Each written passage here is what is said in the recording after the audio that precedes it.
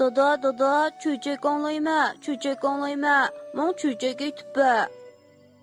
Boludu balam boludu. Ben sana hazırlam Dilala çöçeklerini koyup beray ya. Do'stlar, kechlikinglar xayrli bo'lsin. Bugun omoqlarimning qaysi cho'chakni anglag'usi bakin? Men shu necha kunning yoqi dunyoviy mashhur cho'chaklar xazinasidagi cho'chaklarni birma-bir o'qib chiqdim. Baklam yaxshi cho'chaklar bakan. Tunigan texi bir cho'chak o'qigandim, baklam yoqtirib qoldim. Bugun sizlar shu cho'chakni aytib beraymi ya?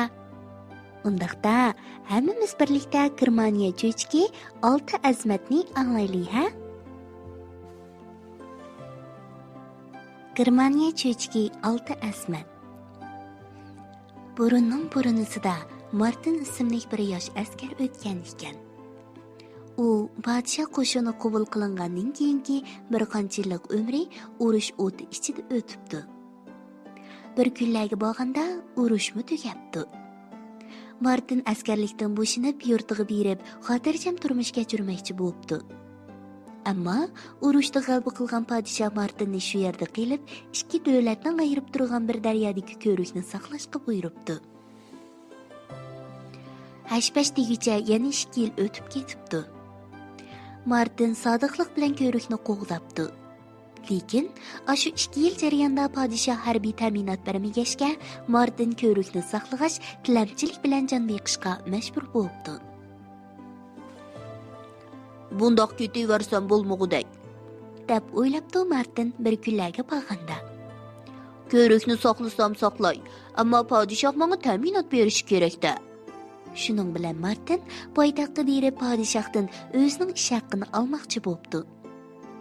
Martin bir necha kun yo'l yurib, bir daryoning bo'yiga yetib keldi. Bu yerda u belaklari buqining yo'tisidek to'm, mo'rlari xuddi eshikning qondidek keng bir gigant odamni ko'ribdi.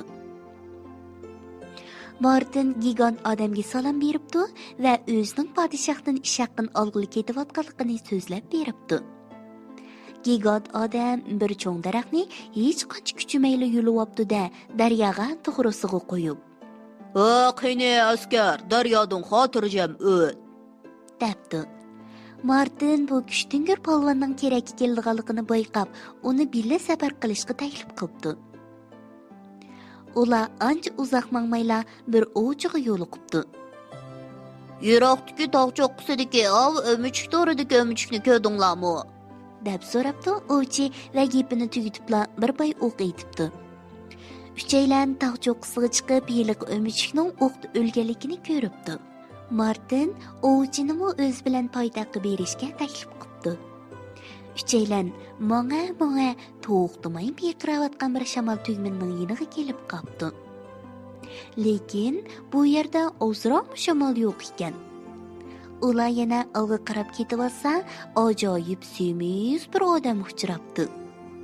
U barmoqi bilan burnining bir teshigini etib elib, yana bir teshikdan chiqargan havo bilan shamol tugminni perqirtib-atqudek. Martin hayronligini bosolmay qoldi. Shuning bilan u yiliq bo'dakni o'zlarining qatoriga qaytilishga qoyil qilibdi.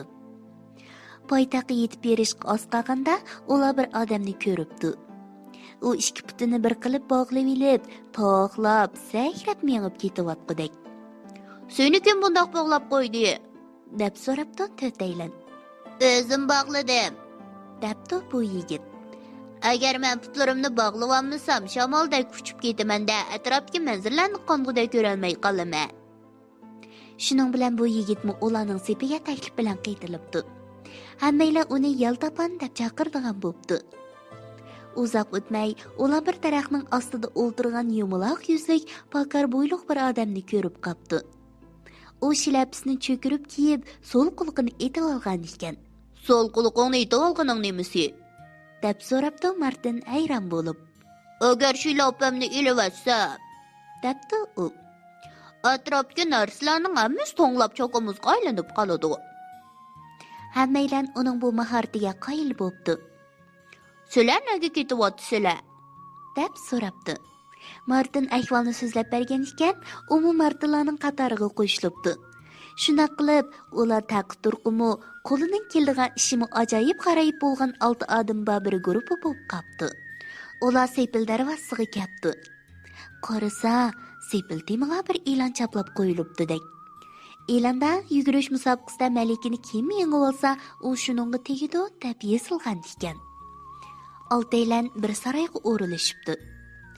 Uzun safar jarayonida usti-beshi va yuz ko'zlarini chang to'zan bosgan Martin yuyinib, obdan aram opdi. Atsi u o'rda oldiga berib, Malika bilan yugurish musobaqasiga tushadiganligini, ammo o'zining o'rnida bir molining yuguradiganligini aytibdi. Malika uning gapini anglab kulib ketibdi. O'zingning turqidan qaraganda oddiy bir askarda qilasan. Sening moliying qanchalik bo'lmoqchi? O'ylabdi, u va Martinning shartiga ma'qul bo'ldi. Atsa deganda Malika bilan Yaltapan ikkalan birdan Sudanni elib yugurish musobaqasining boshlanish nuqtasiga keldi.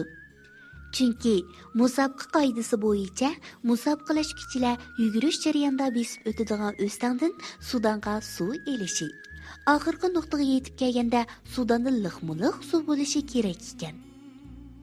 Yugurish siziq ustida o'q ovozi yangrabdi. Yaltapan ikki putini bog'lab olgan sho'ynini yeshib etgan ekan, raketadek uchib ketibdi. Yaltapan suvdan suvni to'ldirib bo'lib, qaytadigan chaqda orqaga qarabdi, ammo Malikaning o'zi turmoq, ko'langisimi ko'rinmabdi. Shuning bilan u tog' bag'rida yetib birdam orom ilib olmoqchi bo'ldi. Musobaqa o'tliqda ilib berilgan ekan. Mahmaldek o't cho'plar va yovgullarning xushburqiy tabiatni yaxshi ko'radigan Yaltapanni ajoyib rohatlantirib yetibdi. U o'tliqda yetib turib orqaga yana qarabdi. Ammo Malika ko'rinmabdi. Yaltapan miyiqida kulib qo'yib, Bu hakavur Malika men bilan musobaqalash kerak texi, debdi o'z-o'ziga. Men bir uxlab qo'yguchi bu yerga yetib kelalamdu, qani bir ko'rib baqay. Yaltapan rostili xurildab uxlab ketibdi. Birdamdan keyin Malika yetib keldi. Qarasa, Yaltapan tatli uxlayotgandek. Malika, "Obdan uxla qilva. Sen mening tanishim bo'lalamsan," debdi-da, Yaltapanning sudini astag'ini tepib o'rib yetibdi. Andan oxirgi nuqtaga qarab yugurib ketibdi. U endi cho'qim yengdigan bo'ldim deb o'ylabdi. Bu ishlarning hech qaysisi ovchining ko'zidan qechib qutula olmabdi.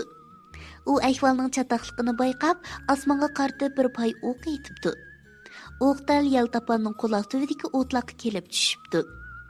Cho'chib uyg'ongan Yaltapan shundoq qarg'udek bo'lsa, Malika oxirgi nuqtaga yetib berishga oz qaptidek. U darhol o'stan bo'yiga ushqanda qaytib beribdi-da, suvdanga liq suv ilib chaqmoq tezligida oxirgi nuqtaga qarab etilibdi. Shundoq qilib Yaltapan yengibdi. Podshoh Martin va uning hamrohlarini o'rniga taklif qilishga majbur bo'ldi. Martin 2 yildan buyon chegradagi daryoga selingan ko'rikni saqlaganligini, ammo biror qitim harbiy ta'minot ololmay tilamchilik bilan turmush kechirganligini so'zlab beribdi. Lekin podshoh Martinning sadoqatmanligidan va shuncha jafo mushaqqat tortib ko'rikni qo'g'diganligidan ta'sirlanmabdi. Aksicha, "Meningdan aqtalab qilgudek bo'ldingmi?" deb xafa bo'lib ketibdi. Uning qarashicha, mayli qandoq bo'lsa bo'lsin, bu nomrod askarni o'zining kuyovlik qilish tursin, 2 yillik ish haqini bersimi bo'lmog'idakmish. Lekin hiylagar podshoh yanada qizg'in qiyofatga kirib olib, Martin va uning hamrohlariga ziyofat beribdi. Ular taklif qilingan oshxona nihoyat hashamatli bo'lgani bilan, u nihoyat cho'ng bir mashning ustiga selingan ekan. Martin va uning hamrohlari bu uyning o'zligidan etilib qolganligini bilmay, uyga kirib g'izalnishga boshlabdi. "Bu yolong to'sh mening qizimga o'ylangudak texi," debdi podshoh timig'ini qiqib. "Unda oson ish yo'q sanga."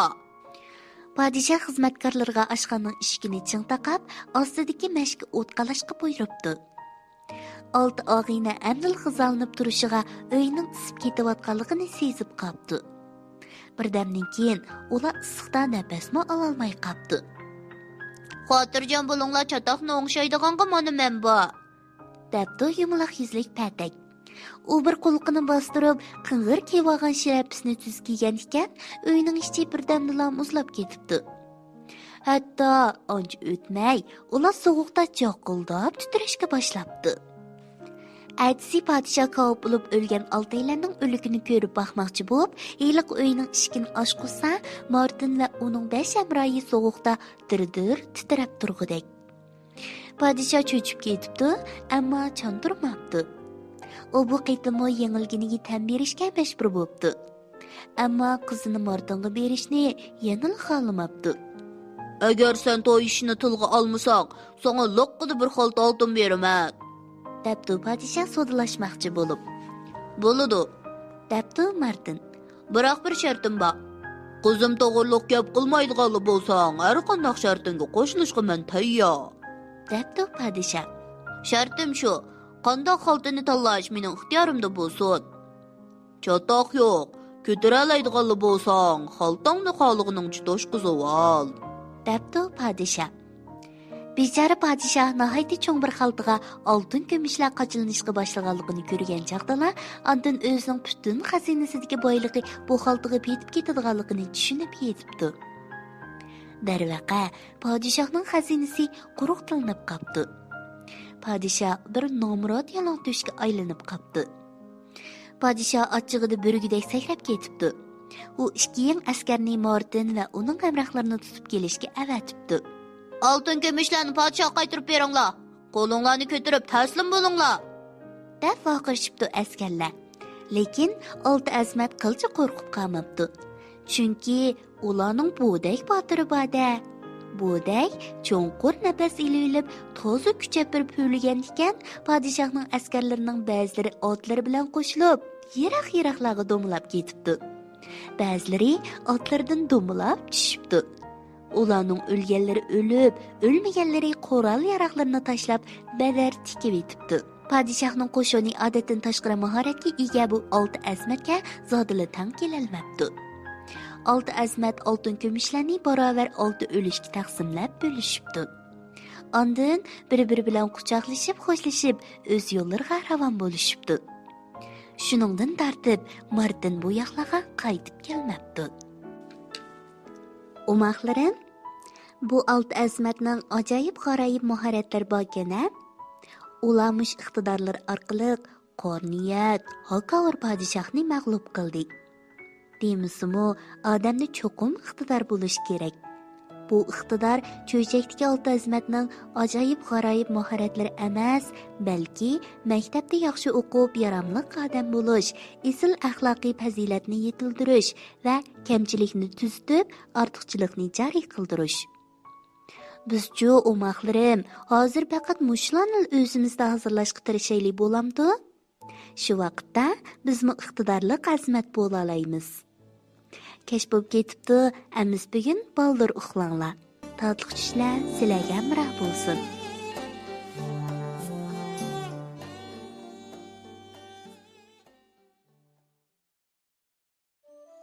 Dada, cho'chak anglayma.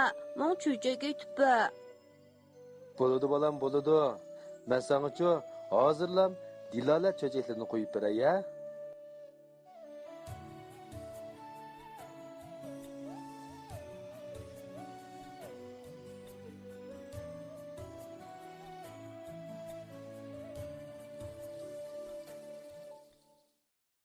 Bugun umaqlarimning quliqi men aytib harmaydigan, sizlar anglab qanmaydigan yana shu Uyg'ur xalq cho'chaklarimizda bo'lsin-a. Cho'chak ulay bilan qaga.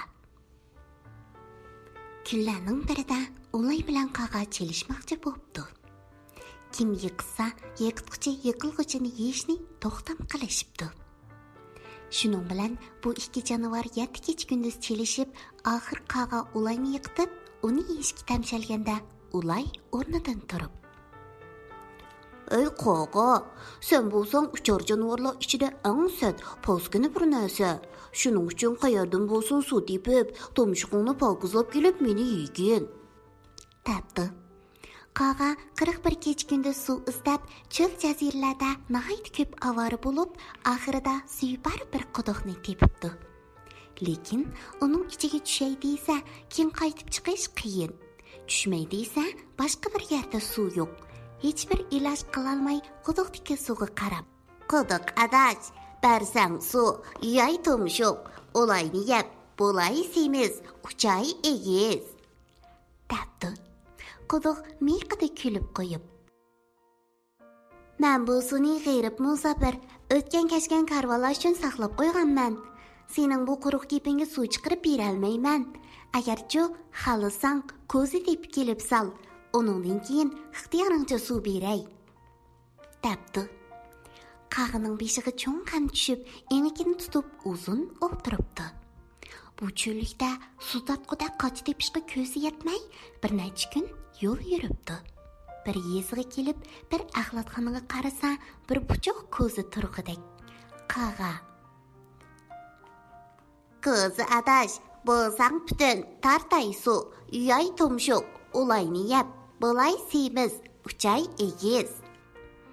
deb yolg'irgan ekan, buchoq ko'za o'rnidan tikkida turib, "Men supurindi xonda tursam, ko'zingga ilmoy yarqismi gap qilaverma.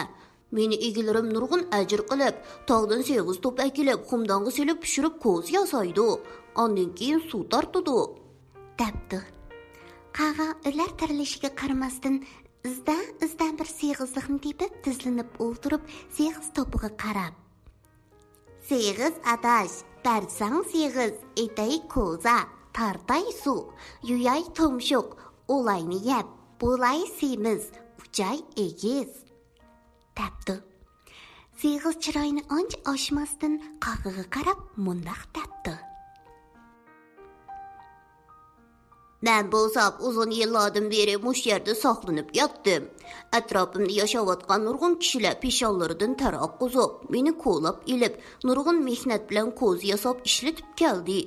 Sening bunda quruq so'zlaringga chiqib ko'z yoslab bermayman. Xohlasang, sen bu xalqlarga o'xshash kiyik mingiz deb kelib, ajr qilib ilib ketsang mayli." Qag'ining beshiga yana ham tushibdi. Yaltayib qolay deysa, ulayning go'shi tatliq. Mayli deb o'yin yo'lga ravon bo'ldi. Necha kun yo'l yurib, tog'ning bir kameridan ikki bolasi bor bir kiyikni tepibdi. Uningga qarab: "Kiyik adash, bersang mingiz, cho'qchilay seg'iz, etay ko'za, tartay suv, yuyay tumshuq, olayni yeb, bo'lay semiz, uchay egiz" debdi ko'ziga mullada yosh ilib. Kiyik yonida yotgan bolasini ko'rsatib: "Manga mush yerda yashag'ili uzun yillar bo'ldi. Nurg'un alakchilik bilan tirikchilik qilyapman. Mushu ushoq bolalarimni yiroq yerlarda o'chib akilib boqaman. Mungizim bo'lsa, yovvoyi yirtqichlardan saqlanish uchun kerak bo'ladi. Sening munchalik uzun yo'lgadan kelganing uchun mayli beray, lekin bir necha kunlik o'zqim uchun o'chib elib bergin" debdi. Qaga o'z ishining mundaq chekish bo'lib ketib borganligini sezib, ko'p pushaymon yapti. Iloj yo'q. Ming bir nadomatlar ostida yo'lga chiqib, bir necha kundan keyin o't cho'plik taqqa kelib, o't cho'plagiga qarab: "Cho'p adash, bersang cho'p, yesin kiyik, bersin mungiz, cho'qchilay seg'iz, etay ko'za, tartay suv, yuyay tumshuq, olayni yeb, bo'lay semiz, uchay egiz" deb zarlanibdi. O cho'plar Qagaga qarab: "Sen bo'lsang keraksiz, insonga hech foydang tegmaydigan narsasan. Biz sana nima deb oziq beramiz? Bizda nurg'un jon-jonivar oziqni foydalandi. Amga qilganlar bizni o'rib elib ketadi. Agar xohlasang o'rg'oq deb kelib o'rib ket" debdi. Qaga ilojisiz yo'lga chiqib, bir o'rg'oqning yoniga kelib: "O'rg'oq adash, bersang o'rg'oq, o'ray o't, bersin cho'p, yesin kiyik, bersin mingiz, cho'qchilay seg'iz, etay ko'za, tartay suv, yuyay tumshuq, olayni yeb, bo'lay semiz, uchay egiz" debdi. O'rg'oq ballarini egib turib: "Men o'zimchini mundaq bo'lgan emas. Meni temirchi ustam nurg'un amgak bilan yosig'an. Shu temirchining qishig'i berib yozitib kel" deb javob beribdi. Qağa olay bilan çelişqiniga ming bir pushaymon qilib, nurg'un o'ylab, oxir temirchi ustaning yeniga berib, necha vaqtdan beri tortgan yo'l azobini aytib, to'liq qaqshig'anlikdan temirchi: "O'rg'oqni yosab bersam qandoq qilib ketsan?" debdi. "Tamga esib qo'y", debdi qağa. "Bo'lmaydi, putungdan tushib qoladi." "Bo'lmasa, bo'ynimga esib qo'y." "Mayli yamisa", deb temirchi o'rg'oqning agmichidan qag'ining bo'yniga esib qo'yibdi. Qağa ich-ichiga patmay xo'shal bo'lib, birli ko'tarilib bir oz ushqandan keyin o'rg'oq qag'ining bo'ynini shirt qilib kesibdi. Qağa yerga pulanglab tushib ketibdi. Qağa ulayni yeb samiriyolmay cho'lda qapti.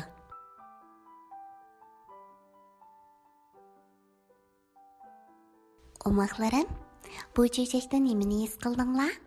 Bu cho'chakdan olgan uzqonlarni ota-onanglarga, do'stlaringlarga so'zlab berishni va shundoqla unditarda men bilan o'rtoqlashishni unutib qolmanglar, ha? Kech bo'lib ketibdi, amiz bugun baldir uxlanglar bo'lamdi? Atimi shu vaqtda tatliq tushlar sizlarga ma'no bo'lsin. Dada, cho'chak anglayma. Men cho'chak aytibman. Bo'ladi bolam, bo'ladi. Men sanga-chu hozirlam dilolat cho'chaklarini qo'yib beray, ya. Do'stlar, kechlikinglar xayrli bo'lsin.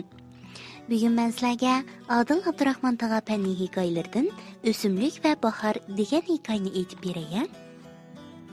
Hikoya O'simlik va bahor. Bahar kelishi bilan yer jahon illib, kishicha uyquda yotgan dal-daraxtlar bahorning illiq shamolining yengil silkishi bilan uyg'onib, yumron shaxlari bixlanishga, kishicha to'ng tuproqqa ko'milib go'dayib yotgan o'simlik urug'lari bahor haroratidan asta-asta qo'zg'alib, yumshoq tuproqni yerib zaminga ko'z ochishga boshladi. Dal-daraxtlar o'simliklarning shirin uyqudan uyg'onib, bahorga talpinib buxsurayotganligidan cheksiz shodlangan bahor elchisi qorli g'ashlar ko'k osmonda parvoz qilib, larzon suvga tushdi. Hammadan shodlangani yanala bog'van bo'y bo'ldi. U bixlanishga boshlagan meva daraxtlariga zo'qlangan holda qirg'inicha navrasiga: Qorug'una qo'zam, bahor keldi. Meva daraxtlari bixlanibdi. Ular bahorning kelganini bilayotdi, dedi. "Qiziq so'zlaydi ekansan, bova", dedi navrasi ajablangan holda bo'g'ziga tikilganicha. "Dal-daraxtlar odam yoki uchar qush bo'lmasa, bahorning kelganini qandoq bilalaydi?" "Bilalaydi, qo'zam, bilalaydi", dedi bo'g'zi yirik barmoqlari bilan yumron shaxlarni avaylab tutgan holda. "Amaliyotda o'simliklar bahorning kelganligini hammadan bo'ldir sezadi." Bog'van bo'y xato etmagan edi. U bir umr bog'vanchilik bilan shug'ullandi. Yoshlik davrida maxsus o'simlik ilmini o'rgandi. Qirinchoqlarda o'simlik va bog'vanchilikka oid nurg'un ilmiy tadqiqotlarga qatnashdi. Shundoq ekan, u albatta o'simliklarning bahor kelganligini qandoq qilib sezib ololadiganligini biladi-da. Bog'van bo'yining navrasiga so'zlab berishicha, o'simliklar temperaturining o'zgarishiga asosan fasl o'zgarishni sezalaydi ekan. Bundoq bo'lishidagi sabab o'simliklar qishning oxiridagi temperaturaning tuyuqsiz o'rlishi bilan bahorning yetib kelganligini sezib, bixlanib o'sishga boshlaydi ekan. O'simlik yiltizlari yoki urug'i qishicha tuproqdagi nam muhitda turadi ekan. Bahor kelishi bilan tang nam sharoiti turib, ma'lum darajada chirigan yiltiz po'sti yoki urug' shakli yerilishga boshlaydi ekan yoki ochirilib tushadi ekan. Buning bilan o'simlik yiltizi va urug'larini tashkil qiluvchi hujayralarning suv va oksigen bilan bevosita uchrashish fursati ko'payib, ozuqliq moddalarni qabul qilishi kuchaydi ekanda, hujayralarning bo'linishi tezlashib, bixlanib o'sishga boshlaydi ekan. Bu har yili bahor fasli tuproqning to'ngi erigan mezgilga to'g'ri keladiganlikdan o'simliklar bahorning yetib kelganligini birla vaqtda sezib bug' chiqarib o'sadigan ahvolni shakllantirdi ekan. O'simliklarning bahor kelganligini qanday qilib sezalaydiganligini tushungan navrasi ixtiyorsiz peshini langishdi. Ana shuningdan tartib uningda o'simliklarga bo'lgan qiziqish paydo bo'ldi. hamda tirishib o'ginib kelgusida buvisiga o'xshash bog'van bo'lishga bel bog'ladi. Omoqlarim, biz bu hikoyadan o'simliklarning bahor kelganligini qanday qilib sezalaydiganligini tushunib oldik. Bu hikoyani men bek yoqtirdim. Sizlar yoqtirdinglarmi? Undaqda biz bu hikoyadan o'rganib olgan bilimimizni atrofimizdagilarga so'zlab beraylikmi? Kech bo'lib ketibdi. Amiz bugun paldur uxlanglar. Atimish vaqtda Dilala va Nidar salonda ko'rishaylik.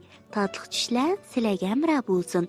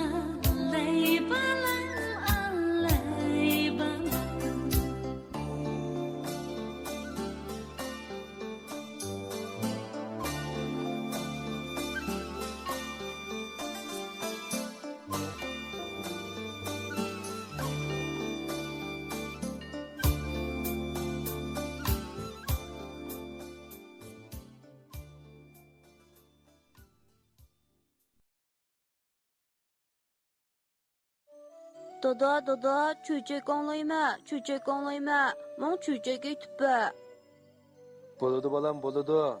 Ben sana şu hazırlam Dilala çöçeklerini koyup beray ya. 「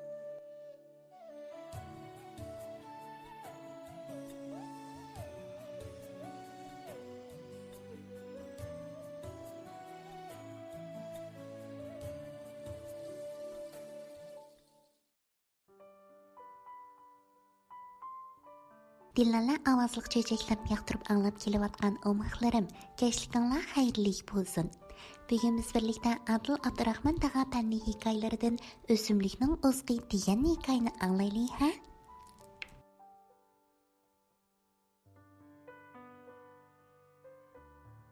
Qeyri qariyag'ashning shig'iga changi tizib kunlarini xotirjam o'tkazayotgan qushqash ana ballarga qurut qo'ng'iz yegizitib birdilla. Qariyag'ash bova, siz asrlardan buyon biz qushqashlarning boshpanohi bo'lib kelyapsiz. Biz bu hasharat, qurt qo'ng'iz dallarni terib jinimizni jon etimiz. Ammo sizning bir narsa yeginingizni zodil ko'rib boqmabdiman. Hech narsa yemaymi mushundoq baraqsan o'sib, uzun umr ko'rib kelyapsiz. Yana deqi sizdan bo'lak boshqa o'simliklarning bir narsa yeginni ko'rib boqmadim. Sizlar o'simliklarning hech nima yemay o'salaydiganliginglarda biror sir bormi, qandoq? deb so'rabdi. Qariyag'ash buvay qushqash anning gaplarini anglab, shildirlab kulib ketibdi-da. Kim aytdi biz o'simliklarni narsa yemaydi deb. Agar bir narsa yemasak, allaqachon o'lib qolmamdi, debdi. Tova, debdi qushqash ana hayron bo'lgan holda kichkina tumshqini ushlab turib. Undaq bo'lsa, siz boshqa o'simliklarning bir narsa yeganinglarni nemishqa ko'rolmayman. Agar bir narsa yemoqchi bo'lsanglar, narsa yeydigan og'zinglar nada amsa? Qushqashxon qizim, debdi qariyag'ash buvay yupirmoq saqilni silab turib. Biz o'simliklarning odam va hayvonlarnikiga o'xshash ozuqlik yeydigan og'zimiz yo'q. Ammo biz o'simliklarni xuddi odam va hayvonlarga o'xshash sog'lom o'sib yetilishimiz kerak. Buning uchun albatta yemaklikka ehtiyojli bo'lamiz. Yemaklikka ehtiyojli bo'ldi ekansizlar, ammo og'zinglar bo'lmasa, yemaklikni qanday yeyalaysizlar? Qushqash ana aldirab gap qistiribdi. Biz o'simliklar deb gapini davomlashtiribdi. Qariyag'ash buvay mayin shamolda shildirlab turib. O'zimizga ehtiyojli yemaklikning ko'pinchisini o'zimiz ishlab chiqaramiz. Biz o'simliklar tendiki har bir tal yopirmoq go'yo bir kichik zavodga o'xshasa, yopirmoq tarkibidagi xlorofillar kichik ishchilarga o'xshaydi. Xlorofil intayin qobiliyatli bo'lib, quyosh nuridan foydalanib, suv bilan karbon-4 oksiddan shakar, sellyuloza va kraxmal qatorliq moddalarni yasaydi. Halbuki bu moddalar biz o'simliklar eng yoqtirib yeydigan yemakliklardir. Xlorofil nihoyatda ishchan bo'lib, har kuni quyosh bo'yi chiqish bilan ishlashga kirishib ketadi. Agar yomg'ir yog'ib quyosh bo'yi chiqmagan chaqda sizlar qanday qilsizlar? Butun zehni bilan berilib qariyag'ash buvayning gaplarini anglab o'tirgan qushqash ana yana aldirab gap qistiribdi. Havo tutuq bo'lib, yomg'ir yog'ib, quyosh bo'yi chiqmagan chaqdimi? deb gapini davomlashtiribdi qariyag'ash buvay aldirmay. Xlorofil bulut qatlamini yerib tushgan ojiz quyosh nuridan foydalanib bu yemaklik yasab, qorong'u tushganda ondan orom oladi. Albatta, biz o'simliklar o'smoqchi bo'lsak, o'zimiz yozgan yemakliklarni yegandan boshqa, yana tuproqdan qabul qilgan karbon, hidrogen, oksigen, azot, fosfor, kaliy, kalsiy, magniy, gungurt, sinik, mangan qatorliq 10 xil elementlarni yeyishimiz kerak. Bu elementlar biz o'simliklarning sog'lom o'sib yetilishimizda kam bo'lsa bo'lmaydi. Qariyag'ash bova, tal daraxtlar o'simliklar ko'p o'sgan joylarning havosi bo'lakchala sap bo'ldi ekan. Buningdan biror sir bormi, qandoq? Qushqash ana qanotlarini cho'qilab qo'yib yana so'rabdi. Biz o'simliklar har kuni quyosh nuri orqali suv va karbon-4 oksidni so'mirib elib, shakar, kraxmal qatorliq ozuqliq moddalarni yasash bilan bir vaqtda yana oksigen qo'yib beramiz. Fotosintez orqali insonlar va hayvonlarga kerakli ko'p miqdorda oksigen ishlab chiqaramiz. Shunga insonlar biz o'simliklarni yer sharining o'pkisi deb ta'riflashadi. Qariyag'ash buvay, amdig'i tushungansiz degan ma'noda qushqash anaga qarab qo'yibdi. Qushqash ana shu chaqda o'simliklarning qanday oziqlanganligini aniq tushunib olibdi. U qariyag'ash buvaydan anglaganlarini boshqa uchar qushlarga tezroq yetkazib, ular bilan birlikda ziyondosh hasharotlarni ko'proq yo'qotib, yaxshi ish qilib berish istikida qariyag'ash buvay bilan xo'shlashibdi-da, purda uchib ketibdi.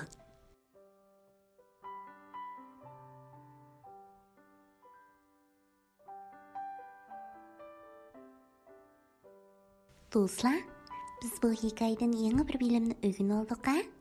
Biz o'rganib olgan bu bilimimizni atrofimizdagi do'stlarimizga so'zlab beraylikmi? Mening omoqlarim Dillala hadisning umidini hargiz yodga qo'ymaydi. Undaqda bugun baldir uxlanglar. Atmış vaqtda Dillala undidar salonda ko'rishaylik. Tatliq tushlar sizlarga ma'ruf bo'lsin.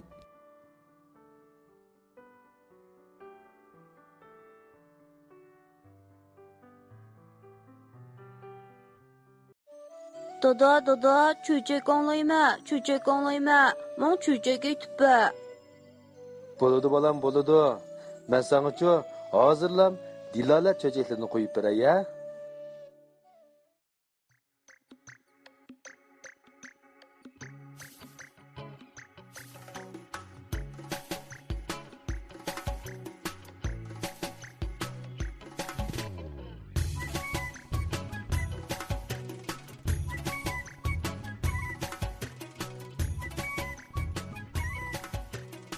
Do'stlar, kechlikinglar xayrli bo'lsin. Bugun men sizlarga 3 ahmoq degan cho'chakni aytib beray. Amsa, omoqlarimning quliqi menda bo'lsin. Cho'chak 3 ahmoq. Burun bir yurtda 3 kishi bor ekan. Uchilisi yigit ekan. Yigit bo'lgandimi, quruq so'lat, bekor talab, toyini yo'q ekan. Ular yozning toza ish qaynagan bir kunisi tomosha qilamiz, gul qisimiz deb Bashiriq degan yerga mengibdi. Bir peshini ustun, bir peshini tuvan qilishib ketib borsa, o'zi rosa kelishgan, sochlari teqimiga tushgan no'ch bir ayol uchrabdi. Cho'kan bularga tabassum bilan ta'zim qildi. Yigitlar ang'liqib bir-biriga qarashib turibdi. Angacha u cho'kan xeli yerga ketib qopdi. Bularning har biri o'z oldiga kulishib, maqtanishib, shu yerdan xeli yerlargacha berishibdi. Bir hazadan keyin biri orqasiga qarab qo'lini ko'tarib, "Nima degan kelishgan cho'kan? Menga salom qildi, ko'rdinglarmi?" deb ko'ranglabdi. Ikkinchisi uning qo'lini tortib tushirib, "Nima deysa, menga salom qildi, menga." debdi. Angacha uchinchisi taqatsizlanib, "Bekor aytsizlar. Oqonga salom qildi, hey, oqonga." deb baqiribdi. Bu uchaylan talisha, oxir jaloqlashib, mushlashib ketibdi. Shu arda bu yerga kelib qolgan bir buvoy hayron bo'lib, "To'xtanglar, hay, to'xtanglar. Nima uchun mushlashsizlar, ha?" deb so'rabdi. Uchaylan tangla, "Qo'rimamlar, bir cho'kan ta'zim qilib o'tib edi. Shu ta'zimni talishib qoldik." debdi. Buvoy, "Mani qiziq. Sizlar mundoq urushib turguncha shu cho'kanning o'zini so'rsanglar bo'lmamdi." debdi. Ishigit buvoyning maslahati bo'yicha heliqi cho'kanning orqasidan yugurib berib, orqa-orqadan o'q qo'yibdi. "Xeynim, voy xeynim, sal to'xtasizlar. Boya qaysimizga salom qildilar, qaysimizga?" deb so'rabdi. Cho'kan to'xtabdi va bularning qiliqlariga hayron bo'lib, "Viy, qaysinglar bak ahmoq bo'lsanglar-chi, shuningga ta'zim qildim" deb yo'liga ravon bo'pti. "Men ahmoq, voy men ahmoq, men bek ahmoq-ey." Uchaylan shundoq deyishib, yana mushlash qila turibdi. Angacha heliqi buvoy orqasidan yetib kelib, "Yana nim deb urushyapsizlar?" deb so'rabdi. Bular bo'lgan voqeani aytibdi. Buvoy, "Undoq bo'lsa, sizlar o'zinglarning ahmoqliklarini bir-birlab aytib beringlar. Ondan qaysinglarga salom qilganligini ayirib beray." debdi. Shu yerdalar, "Men aytay, men." deb birinchisi so'z boshlabdi. "Qarasizlar tog'a, bir kuni uyga kirib isinoy deb shundoq o'choqqa yepilsam, o'choq oldida kul do'mboq bo'lib turibdi. Qo'limga ko'sayni ilib, kulni patang go'shlasam, qo'limga 4 tuxum chacharab chiqdi. Darrov bir tuxumning shaklini so'yib etib, og'zimga koppada soldim. So'lib tursam, ishkarka uydan onam chiqib qoldi. Onamdan uyatqim kelib, og'zimni ching yumib oldim va qo'ziqimni po'znak qilib turib oldim. Ongacha dadam kirdi. "Voy o'g'lim, nima bo'ldi? Engigan shishib qoldimi?" deb so'radi. Ko'zimni parqirtib, dedim. Dadam onamga bir nimalarni deb taloqqa yugurdi. Onam Og'zingni jim tut deb, neri ketmay qodilib oldi. Hech qanday vaqt o'tmay, dadam bir sotirashni boshlab kirdi. Bolamning qo'zi poznak bo'lib qopdi. Yomoniga o'rilib ketmasin, berib ilivassalar dedi. Sotirash ustursi bilan qovuzimni yordi. Mana qep chiqdi deb tuxumning eqini oldi. Mana yerini chiqdi deb seriqini oldi. Shundoq qilib, hammasini ilivatdi. Soqaysin deb og'zi burnimni tengivatdi.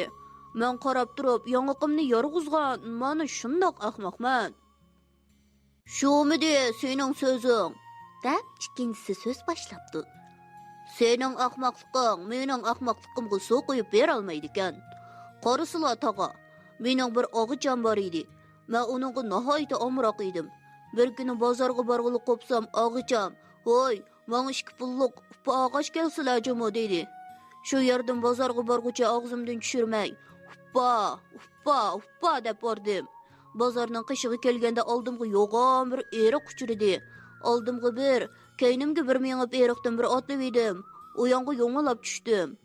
O'rnimdan tursam, og'zimdagi uppa iliq eriqi tushib qopdi. Eriqning ichiga sakrab kirib, suvni 2 kungacha moltilab izladim. Shundoq izlab tursam, bir odam kulib, "Necha kundan beri bu suvni ajab izlab ketding? Nemang yutib ketgan teshunchi vala?" deb so'radi. Sodiliqim og'zimdan suvga tushmay yutib ketdi. Yodimda yo'q. Yo suvda shuni izlayapman dedim. U kishi, "Sen mundoq izlab topolmaysan. Uningdan ko'ra madrasga hazratimning qishig'i berib so'rasang, yodingga selib qo'ydi" dedi. Shu yerda madrasga berib vaqani aytib edim. Hazratim bir kulib, bir o'ngib, "Nima deydi ekan?" debdi men bachig'arni. "Mang madrasni qalaymaqon qilmay" deb qo'g'lidi. Men unimay, "Sodiqlar ketay, oxunim. Sizlarning xotinlarimi shundoq sodi buyurgan bo'lg'iydi. Bir aytib bersalar" deb turib oldim. Yana koyib ketdi. Kashining uchib ketganiga qaramay kassamga netchini tepivatdi. "Hey, bo'lmadi. Oxir sen Bashira ko'chasidagi jigida teviga borsang, futurvatgan qimorvozlardan biri yo'liqidi. Shuningdan so'rasang, hammish jimi qidi" dedi. Borsam, rost deganda bir qimorvoz o'zi bilan o'zi so'zlashib o'ltiribdi. Menga qarsilar deb vaqaning hammasini uning aytib edim. Xopi bo'lib ketdi. Og'ziga kelgani deb sakrab ketdi. Men 1 minut vaqtimni xotinimning ufpisiga tan qilmayman deb, mush bilan 10 ni urib, peshvo bilan 8 ni soldi. Voy ashqalla, uppa, sizlar demislar yodimga yetmaydi aka deb, orqamga yondim. Gap shu yerga yetar yetmayla uchinchisi so'z boshlabdi. "Nima deydi kun desam, sening ahmoqliging mening ahmoqligimga yaboqmi bo'lmaydi ekan. Men xotinimga sendanmi bakrak omroq edim. Qarsila aka, bir kuni men bozorga borg'ili qo'pib edim xotinim. "Ey, bormislar, ansirayman" dedi. "Yo'q" dedim. "Undoq bo'lsa to'xtislar, bozor deganda odamjiq, yangish bo'lib ketmislar, sizlarga bir nishon qilib qo'yay" deb, bo'ynimga yo'g'on bir juvos qopqini esib qo'ydi. Bu durust bo'ldi deb, yo'lga ravon bo'ldim. Bozorga kirguncha 16 yerda tunib, 8 yerda yetib orom bordim. Bozorda odam mo'g'moq, qiyomat, uxmayman nada yedimki, qo'yam bordim. Bir chog'da yerib ichib o'zimga shundoq qarsam, qopoq yo'q. Apla, men endi yetib ketibdiman deb, hazratimga yugurdim. Yiqilib qopib ketib borsam, oldimga jiqpallar uchirdi. "Voy aka, nega, nima ish?" deb so'radi. O'zim yetib ketibdiman, qopoq yo'q, nimami dar ochanglar dedim bolalar. "Voy ana, qopoq orqalarda turdi-ku" dedi. Bolalar qopoqni oldimga ilib ko'rsatganda qarsam, rost qopoq orqamga o'tib qolgan ekan. Men degan mana shundoq ahmoq. Heyliqi buvay. Undoq bo'lsa, uchunglar bir-biringlardan qilishmaydigan ahmoq ekansizlar. U cho'qim uchunglarga tang salom qipti. deb majrani ayirib qo'yibdi.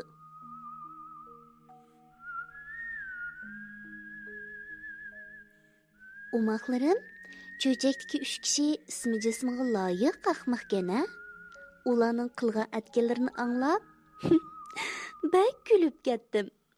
Nadim ahmoqlikni tolishib urushgan ba. Esinglarda bo'lsin, men ahmoq deb tolishib urushib, boshqalarning mazoq qilishiga emas, ularning hurmatiga va maqtishiga sazovar bo'lish uchun tirishish kerak. Kech bo'lib ketibdi, bugun baldir uxlanglar. Atmush vaqtda Dilala undidar salonda ko'rishaylik. Tatlıq tushlar sizlarga hamroh bo'lsin.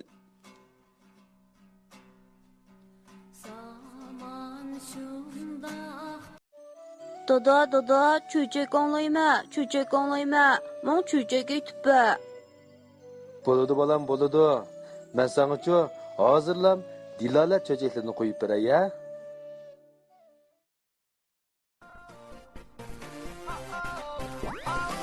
Kanimdar barak yer dilip Geldi kütten çağlar Her yaktin bir-birlep qaytib kelip Jam bo'ldi axir do'stlar Dilola cho'chaklarini yoqtirib anglab kelayotgan umoqlarim, kechlikinglar xayrli bo'lsin. Bugun men aytib qanmaydigan, sizlar anglab qanmaydigan Uyg'ur xalq cho'chaklarimizdan oltin qo'nchaq degan cho'chakni aytib beray-ya.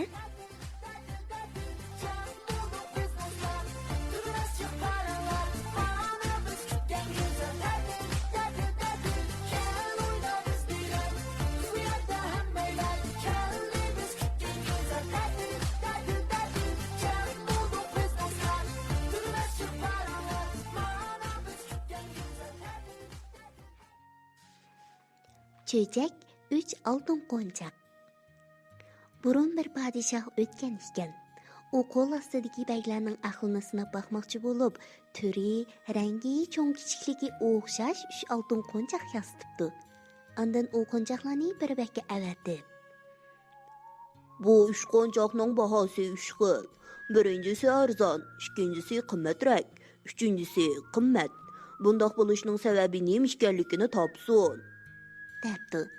Baygilik u qo'nchaqlarni topshirib elib, u yon o'rib qarabdi, bu yon o'rib qarabdi, lekin nemishqi bahosida farq borligiga aqli yetmabdi. Baygining beshi qaytib, qo'l ostidagilarni chaqirtibdi va Qo'nchaqlarning qanaq farqi borligini tepinglar, deb buyruq qildi. Lekin ularning bir nima deyolmabdi. Bu xabar hamma tarafga tarqabdi. Arzimas ayib bilan zindonga tashlangan bir kambag'al yigit qo'nchaqlar to'g'risidagi xabarni anglab qopdi-da, bakka. Ruxsat bo'lsa, qo'nchaqlarning farqini men tepib boqsam, agar topa olsam, buning badaliga meni zindondan ozod qilgan bo'lsalar, deb iltijo qildi. Bak, men tegiga yetolmagan ishni u qandoq bilalisin, deb o'ylagan bo'lsa-mu, amalning yo'qligidan qo'nchaqlarni yigitning oldiga keltiribdi. Yigit diqqat bilan qarab chiqib, qo'nchaqlarning quloqlari to'shik ekanligini bayqabdi. U bir yeb tepib, qo'nchaqlarning birining quloqidan o'tkazgan ekan, yebning uchi uning og'zidan chiqibdi. Yebni ikkinchi qo'nchaqning quloqidan o'tkazgan ekan, yana bir quloqidan chiqibdi.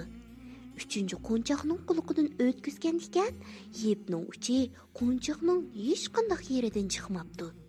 Shu chaqda yigit mundaq debdi. Bak, bu qo'nchaqlar odamga o'xshaydi ekan. Birinchi qo'nchaq biror so'z anglasa, uni ikkinchi kishiga yetkazib qo'yadigan kishiga o'xshaydi. Undoq odamlarga ishongili bo'lmaydi. Shunga buning bahosi arzon. Ikkinchi qo'nchaq qilgan so'z bu quloqdan kirib, u quloqdan chiqib ketadigan odamga o'xshaydi. Bundoq odamlar beparvo keladi. Boshqalarning so'zini tushunmaydi, qilgan nasihatni anglamaydi. Uchinchi qo'nchaq har qanday so'zni, har qanday sirni ichida saqlay oladigan odamga o'xshaydi. Bundoq odamlar ishonchni oqlay oladigan, aqlli, tutamliq keladi. Uning bahosining nihoyatda yuqori bo'lishining sababi shudir. Yigitning so'zini anglab boshqalar hayron qolishibdi. Bak xushal bo'libdi. Shu hamon uni zindondan ozod qilib etibdi-da, har bir qo'nchaqqa o'z bahosini yozdirib podshohga qaytaribdi.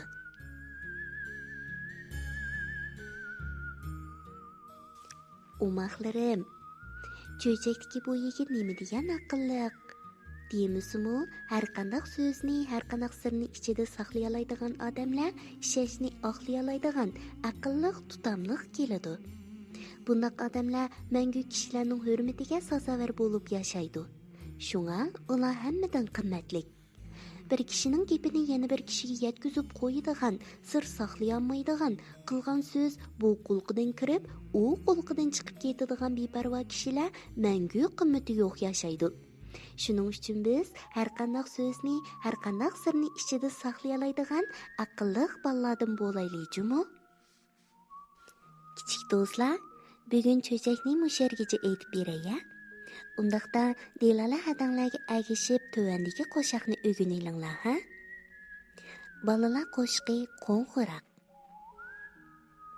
Hay qo'ng'iroq, qo'ng'iroq, shu qo'ng'iroq, qo'ng'iroq. Ovozingga men amroq, kiray sinibqa tezrak.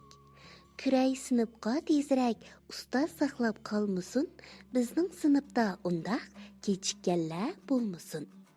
Kechikkanlar bo'lmasa, ustoz xo'shal so'zlaydi, shunga turg'in chiringlab, uning bizni undaydi. Kichik shoirlar, kech bo'lib ketibdi. Amiz bugun baldir uxlanglar. Atumush vaqtdan Dilala undidar salonda ko'rishaylik. Tatliq tushlar sizlarga amra bo'lsin. Aman şundaq tariken elley balam elley dert elemge boğuldun elley balam elley yoksul şundaq hariken elley balam elley kara tünde doğuldum elley balam elley yoksul şunda hariken elley balam elley kara tünde doğuldum elley balam elley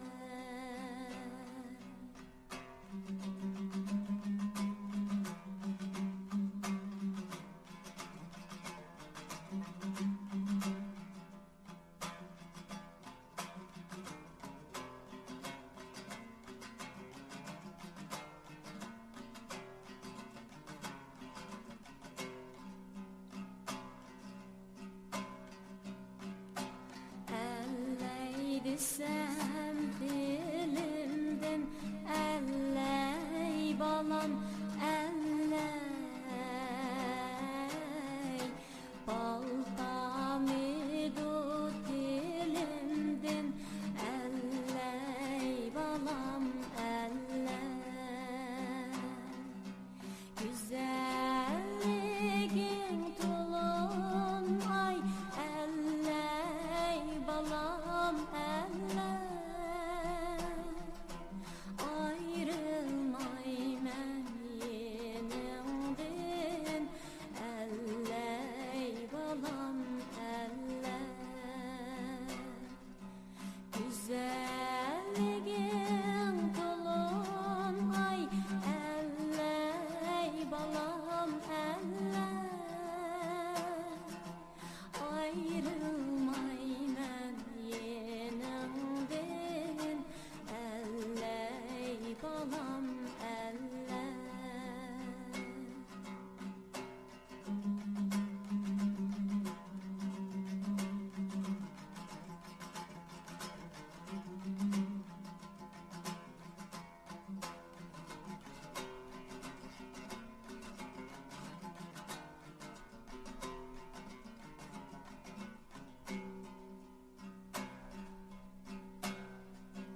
Dönük beşiğe ay geldi elley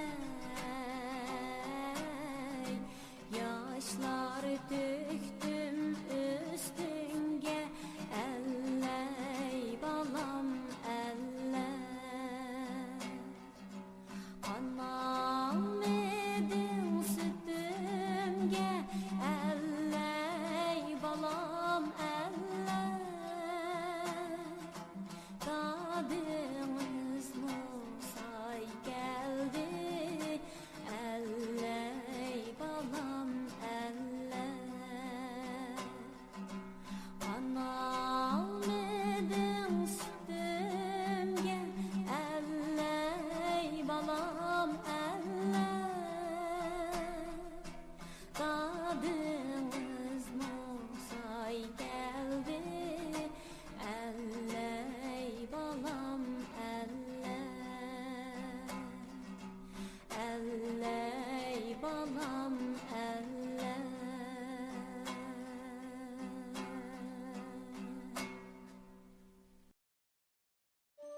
eller Dada, çöçek anlayma, çöçek anlayma. Mon çöçek etip Boludu balam boludu. Ben sana şu hazırlam Dilalet çöçeklerini koyup beray ya.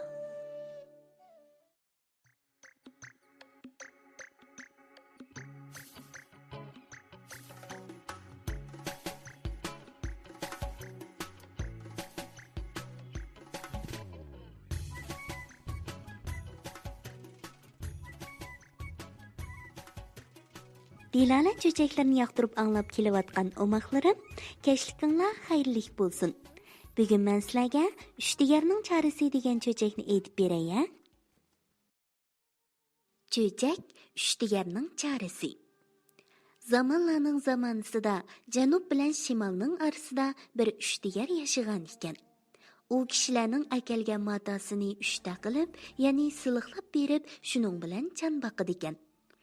Uning dunyoligida bir o'shkisi bo'lib, uning sutida choy sutlab ichadigan, qaymiqini tulki o'g'irlab ichib ketdi ekan. Shundoq kunlarning birida Uchtigarning xotini eriga: "Uyda qolgudek hech nima qolmadi. Men qoldiq qatda unni yig'ishtirib xemir yo'g'irsam, sizlar jangalga berib o'tin akalsilimi bo'pti ekan?" debdi. Uchtigar: Ma'qul. Debdi-da, bir chini qiytiqni elib, ustiga bir zag'irni yepib, arg'amchini beliga bog'lab, kakisini beliga qistirib, Jangal degan ne desen? deb yo'lga tushibdi.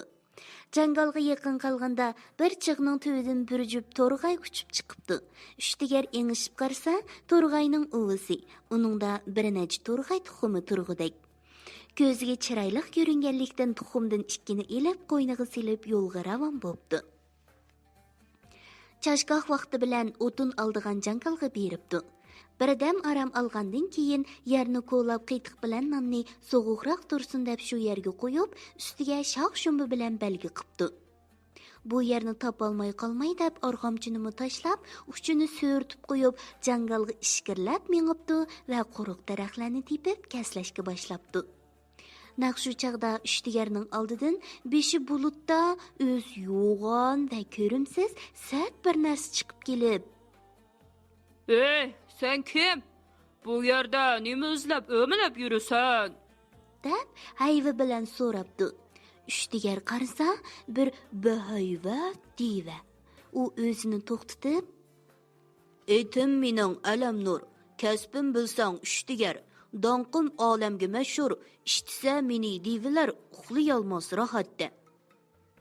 Qo'yib qopmu qo'zg'ilar qolmayli deb g'aflatda. Ammo menmu bo'sh emas, jangallarni keziman, oqtirib to'qaylarni, divilarni izdayman. Chunki mening ozuqim divilarning go'shidir. Noshtiligim olvosdi, insujinning to'shidir, deb javob beribdi. Bu gapni anglagan devining yuragi jig'ildab, ko'zlari chakchiyibdi va o'z oyog'i bilan raqibining oldiga kelib qolganlik uchun ming bir pushaymon qilibdi. Devining orsolda bo'lib qolganligini ko'rgan Uchtigar: Sanchu, bu yerlarda nima qilib yurasan? deb so'rabdi. Men Debdi deva bo'sh kelmaslikka tirishib. Devilarning botirimman. Uzundan beri odam go'shi yeyish orzuyim bor edi. Mushu orzu yo'lida talay dashtlarni kezdim. Biroq ishim hech o'ng kelmagan edi. Bugun mushu jangalni bir o'ylab boqay degan niyatda bu yerga kelib seni ko'rdim. Undoq bo'lsa, Debdi Uchtigar. kel, ikkimiz kuchsinishib boqayli. Sen yangsang meni ye, men yangsam seni yey. Deva bu taklifga ko'nibdi va oldida cho'milidek o'milab yurgan bu odamni qandoq qilib yangsam bo'ladi ekan degan xayolda qoldi. Men bilan kuchsinishga rozi bo'lding, ha? deb qayta so'rabdi Uchtigar. Debdi deva duduqlabroq. Chilishoyli desak, sening bo'ying egiz, mening bo'yim past, qamlashmagudek. Agar sen rozi bo'lsang, ikkimizning qaysimiz yerning mengisini chuvib, to'g'roqdan yog' chiqara olsak, shuni botir sanaylik. Bu ishning o'disidan chiqolmagani bilginimizni qilaylik, debdi Uchtigar. Deva bu shartga ko'nibdi. Undoq bo'lsa, navbat seningki. Qani, yerning mengisini cho'vib, avu to'g'roqdan yog' chiqarib baqa. Debdi ishtigar. Deva g'azab bilan tugilib yerni tepgan ekan, yerdan to'pichon ko'tarilib ketibdi. Biroq yerning mengisi cho'vilmabdi. O'z ishining o'ngishliq bo'lmayotganligini sezgan Deva xijil bo'lib yerga qarabdi. Buni ko'rgan ishtigar: Elham, navbat sening. Agar sen avu to'g'roqdan yog' chiqara olsang, yo'lingga ketaver. Bo'lmasa men kuchimni ko'rsatib, bilginimni qilaman, jumu. debdi. Deva ishtigar ko'rsatgan to'g'roq qo'lini qamanlab, butun kuchini yig'ib turib siqqan ekan, to'g'roqning qo'zaqlari ajrab qo'liga chiqibdi, ammo uning yig'i ko'rinmabdi. Endi sen qarab tur, ha? Men kuchimni ko'rsataman. debdi ishtigar. Ishtigar qiytiqni ko'mib qo'ygan yerning ustiga kelib, yerni bir topgan ekan, qiytiq to'pig'i melinib chachirab chiqibdi. Keyin hiyliqi Deva sundirayotgan to'g'roqning qishig'i berib, qo'ynidan to'rg'ayning tuxumini ilib, Devaga ko'rsatmay ishga alqini qo'yib, to'g'roqni siqqan ekan, barmoqlarining g'arsidan tuxumning seriqi bilan eqib chiqibdi. Buni ko'rgan Deva hanqaytib qopdi va ishtigardan sog'-salomat qutulishning chorasini izlashga kirishibdi. Devaning andishida qolganligini sezgan ishtigar: Hey Deva, aytib baqa, qaysimiz kuchli ekanmiz? debdi. Siz, debdi Deva keyin. men sizga ko'p beadablik qilibman. Agar malol kelmasa shu beadabligimni kechirsangiz, ikkimiz do'st bo'lsak, bugun mening mehmonim bo'lib, uyimga birga borsangiz. Xo'p, debdi ishtigar. men bu chaqcha hech kimning gapini yerda qo'ygan emas. Sening xolig'ingcha bo'lsin. Ishtigardan bu so'zni anglagan Deva xushallikdan o'zini aran to'xtatib, mehmonini boshlab uyiga beribdi va ishtigarni turli taom va mevalar bilan mehmon qilibdi. Ishtigar oldiga tizilgan taom va mevalar ichidan ko'zga chiroyli va ajoyib ko'ringanlarni elib yeb qo'rsqini to'yg'izibdi.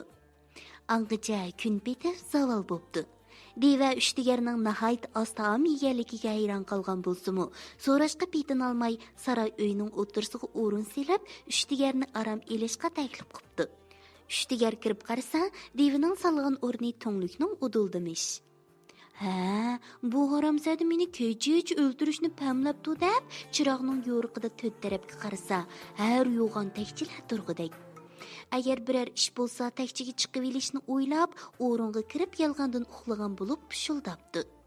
Xiyligacha eshikning yo'chiqidan marab turgan Deva ishtigarning pushuldishini anglab talaga mengibdi. Ishtigar quloq selib yotsa, bir chog'da saroyning uyisi g'orsildashga boshlabdi. Ishtigar darrov o'rnidan turib takchiga chiqibdi. Deva to'nglikning udulg'iga kelib, ishtigarning yotgan yeriga tosh tashlabdi. Bu ish tong otguncha takrorlanibdi. Tong etib, kun qizirishga boshlaganda Deva tosh etishni to'xtatib, o'gizdan tushibdi. Buni sezgan ishtigar darhol o'ringa kirib yetibdi. Deva eshikning oldidan birdan turib tinsa, ishtigarning xo'rik anglanayotgandek.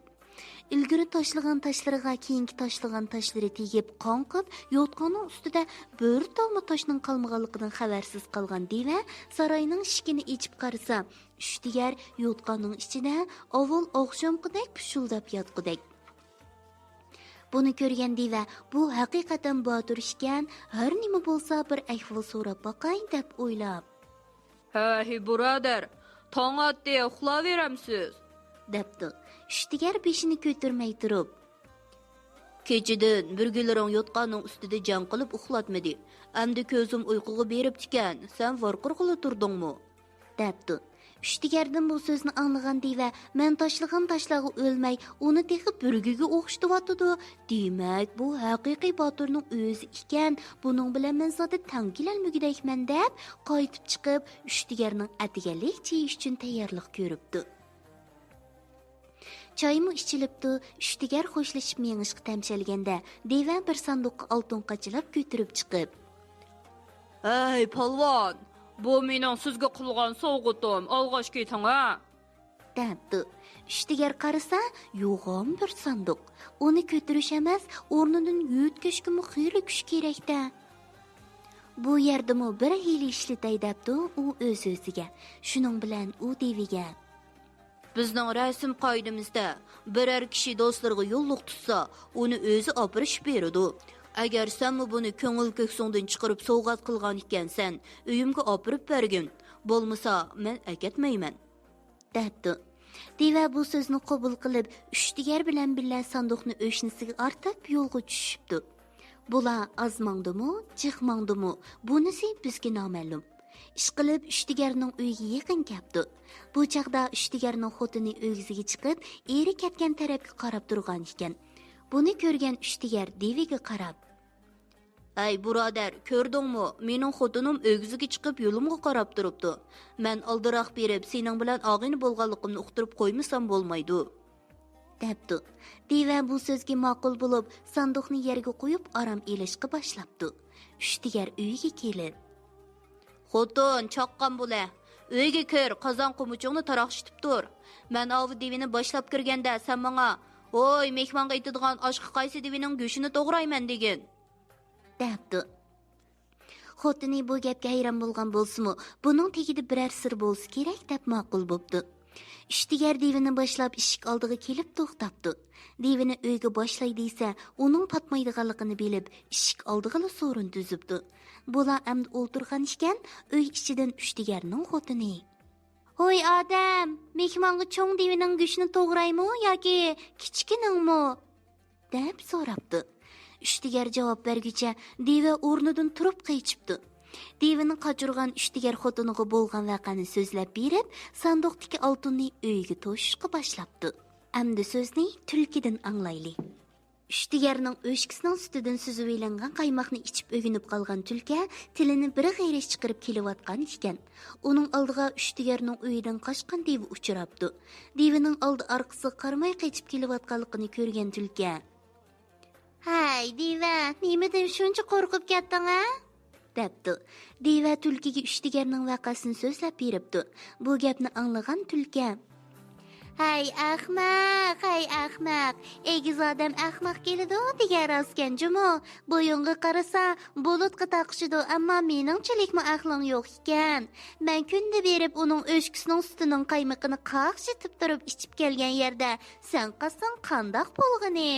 Yura, men seni boshlab berib, Uchtigardan hamma ilmingni elib beray-a. Xohlasang oldingimi silib beraman men" debdi.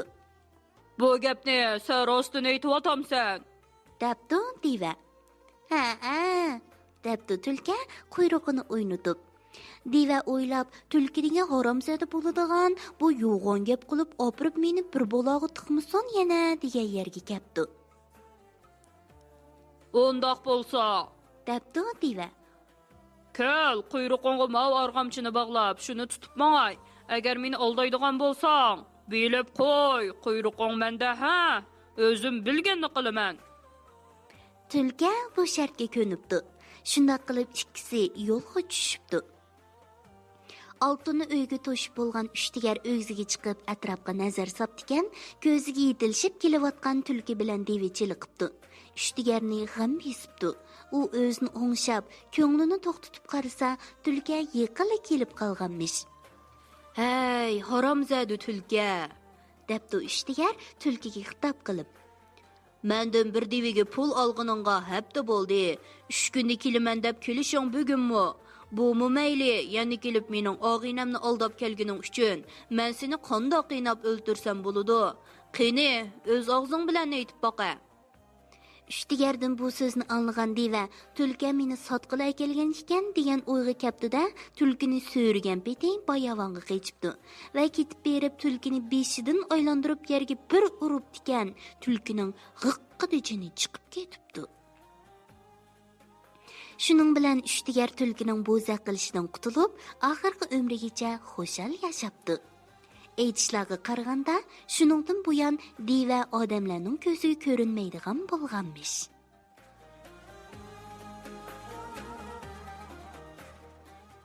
O'maqlarim, Uchtigar bak botir ham aqlliqgana.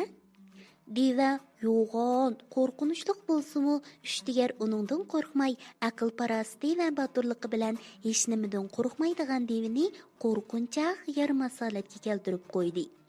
Ham o'shkining ustidan suzib elingan qaymoqni ichib o'ginib qolgan o'g'ri tulkining mijozisini berdi. Bizmi Üçtigarning aqlliqligini va boturligini o'zimizga ulgu qilaylikmi? Kech bo'lib ketibdi. Bugun baldir uxlanglar. Atimi shu vaqtda Dilola Undidor salonini ko'rishaylik. Tatlı tushlar sizlarga hamroh bo'lsin. Boğuldun elley balam elley Yoksun şunda bahar eken elley balam elley Kara tünde doğuldun elley balam elley Koksuz şun bahar eken elley balam elley Kara tünde doğuldun elley balam elley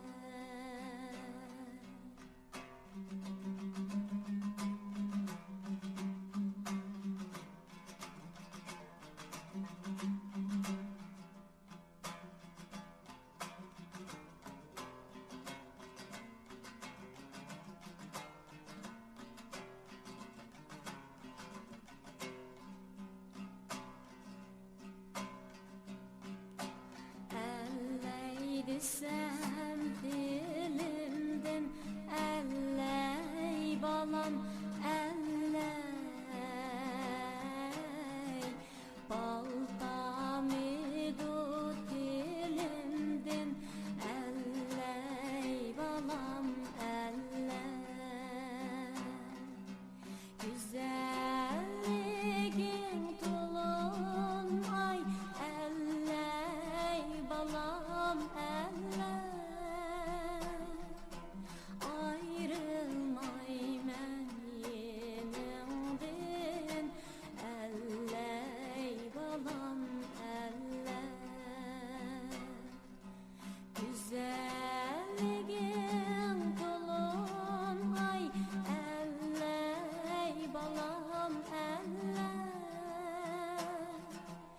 Ayrılmay men yenimden elley balam elley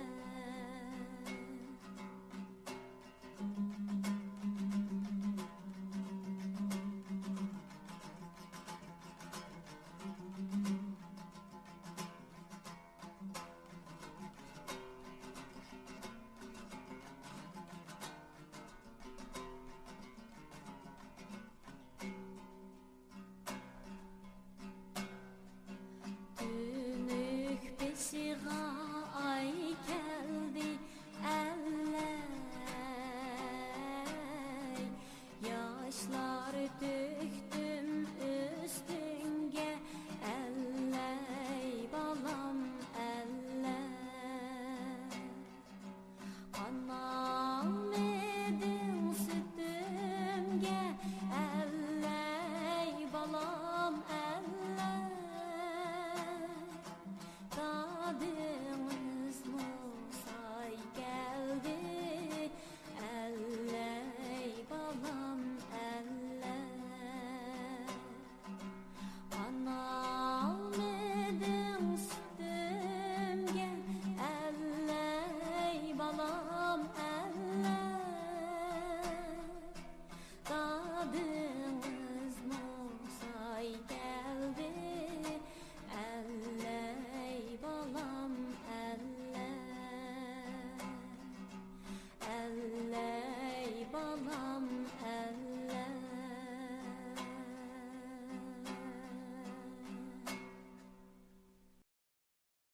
Dilola Undidor salonidagi barliq omoq do'stlar, kechliginglar xayrli bo'lsin. Bugun omoqlarim cho'chak anglaymiz deb taqozolik bilan meni saqlab o'tadigu deyman-a.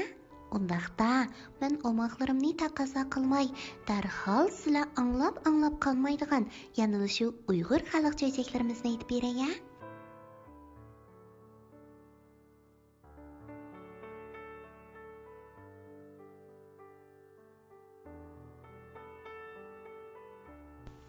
Çöçek esit hünürüm. Burunqi zamanda bir zalim padişah bo'lgan ekan. Onun adam öldürüş xumarı tutup qalsa, orada əməldorları və nökərlərini elib koca aylanadigan. Agar onunğa yoluqqan puhralarning birari qildin qiyiq ketib qalsa yoki mizaziga ozroq yoqmay qalsa, uni shu samat o'limga hukm qiladi ekan. Shunga bu yurtda sahrodagi kishilar shaharga kirishdan, shahardagi kishilar ko'ch-ko'ylarga chiqib erkin yurishdan, bo'libmi podshohning ko'ziga chiliqib qolishdan hazar aylaydi ekan. Bir kuni shu yurtning yiroq tog'liq yezlarining birida yashaydigan bir dehqon shaharga kirib qopdi. Bu uning shaharga birinchi qitim kirish ekan. Shahardagi hamma narsa uningga yengiliq ko'rinib, aralab yurganida bir hayvatli to'pqa yo'liqib qopdi. Bu sodda dehqon bularning nima odamlar ekanligini bilmagachga anglayqib turib qopdi. Bu aslida qon to'kish xumar tutgan zolim podshoh boshchiligidagi to'p ekan. Heliqi dehqonni ko'rgan podshoh darg'azab bo'lib, jallodlarga buyuribdi. Bana salam qilmagan bu adabsiz darhol jazo maydoniga ilib berilib dorga usulsin. Podshohning og'zidan buyruq chiqib bo'lguncha jallodlar heliqi bechora dehqonni chambarchas qilib, bog'lab jazo maydoniga ilib mengibdi. Podshoh dehqonning dorga esilishini tomosha qilish uchun o'zining o'rta amaldorlari va nökərlər bilan birga yiroqda qarab turibdi. Dehqondor to'yiga ketib berib, İssit, hünürüm, özüm ölsem-go mayli, hünürümü bil ölüp ketadigan bo'ldi. deb to'xtamay yig'lagudak. Jallodlar hayron bo'lib, Shuncha istab ketgudak nima hünürüň bar edi? deb so'rabdi. Dehqon, Podshoh bir qo'shqinimdan kassa aytman. Agar podshoh hünürümni anglaydigan bo'lsa, cho'qim bir qo'shqinimdan kechadi. debdi-da yana Hünürüm. deb yig'lashga boshlabdi. Jallodlar uning hunarini shuncha bilib olg'us kelgan bo'lsa-mu, biroq dehqon Bir qo'shqinimdan kassa aytman. deb zotili degili unimabdi. Uni o'limdan qutqizish jallodlarning qo'lidan kelmaydi ekan.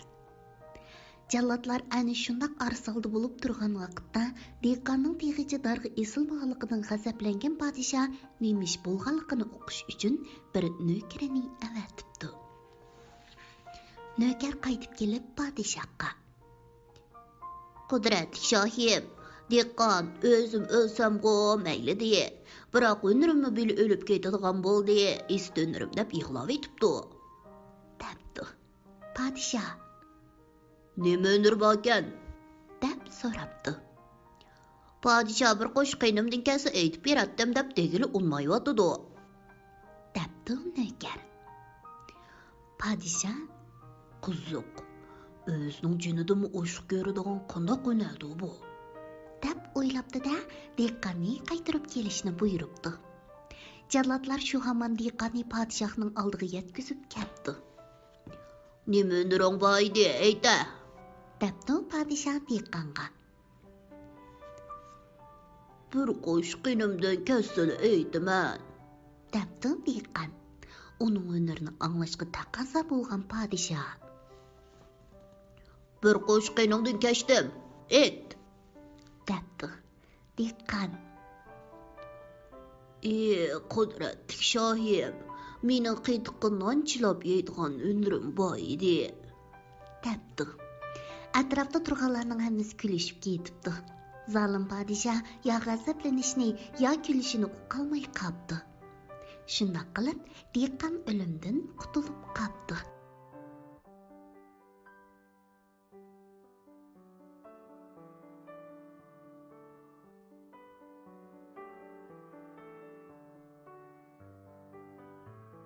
Omaxlarim, qiytiqqa manchilab yeydigan hünür bor degan gap mana shuningdan qolgan ekan. Undaqda sizlar bu cho'chakdan nimani his qildinglar? Dehqon bak aqlliqkan-a?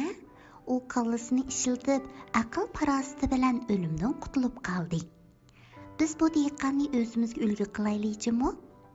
Kech bo'lib ketibdi, ammiz bugun baldur uxlanglar. Atimi shu vaqtda Dillallar Umidar salonida ko'rishaylik. Tatliq tushlar sizlarga hamroh bo'lsin.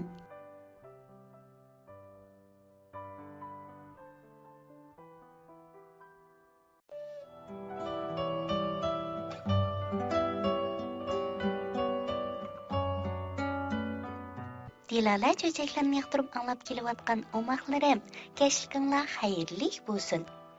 Bugun biz dunyoviy mashhur cho'chaklar xazinasidagi cho'chakdan birini anglaylik, ha? Undaqda men omoqlarimga Shvetsiya cho'chagini aytib beray. Shvetsiya cho'chagi ayiq quyruqi. Bir kuni bir baliqchi harvisini haydab o'rmonlikni kesib o'tibdi. Bir ona tulki harvidagi baliqlarning hidini purab qopdi-da, harvining kayniga tushibdi. Baliqchining qamchisi uzun ekan. Baliqchi uni har qitim shiltiganda tors qilgan ovoz yangrab ketadi ekan. Tulki harviga xeyli agishib mangan bo'lsa-mu, baliqchining qamchisidan qo'rqib harviga yaqinlasha olmabdi. Harva olg'a qarab ketaveribdi. Tulkimi uning orqadan qolmabdi. Baliq puruqi borg'on kuchib ketayotgandek bilinib, oxir tulki chidayolmay qoldi. U bunda qiynaluvchi beshimga kelganni ko'mamdim deb o'ylabdi-da, harviga likkida sakrab chiqib, bir baliq suyitini qarg'a do'miltibdi. Baliqchi buni sezmay yo'liga ketaveribdi. Ona tulki gulqaqalar ichilgan holda harvidan sakrab tushibdi-da, baliq suyitiga o'zini etibdi.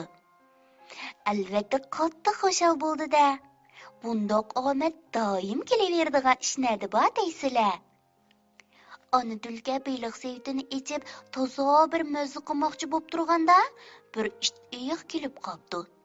U og'zidan suyruq suyini oqqizgan holda so'rabdi.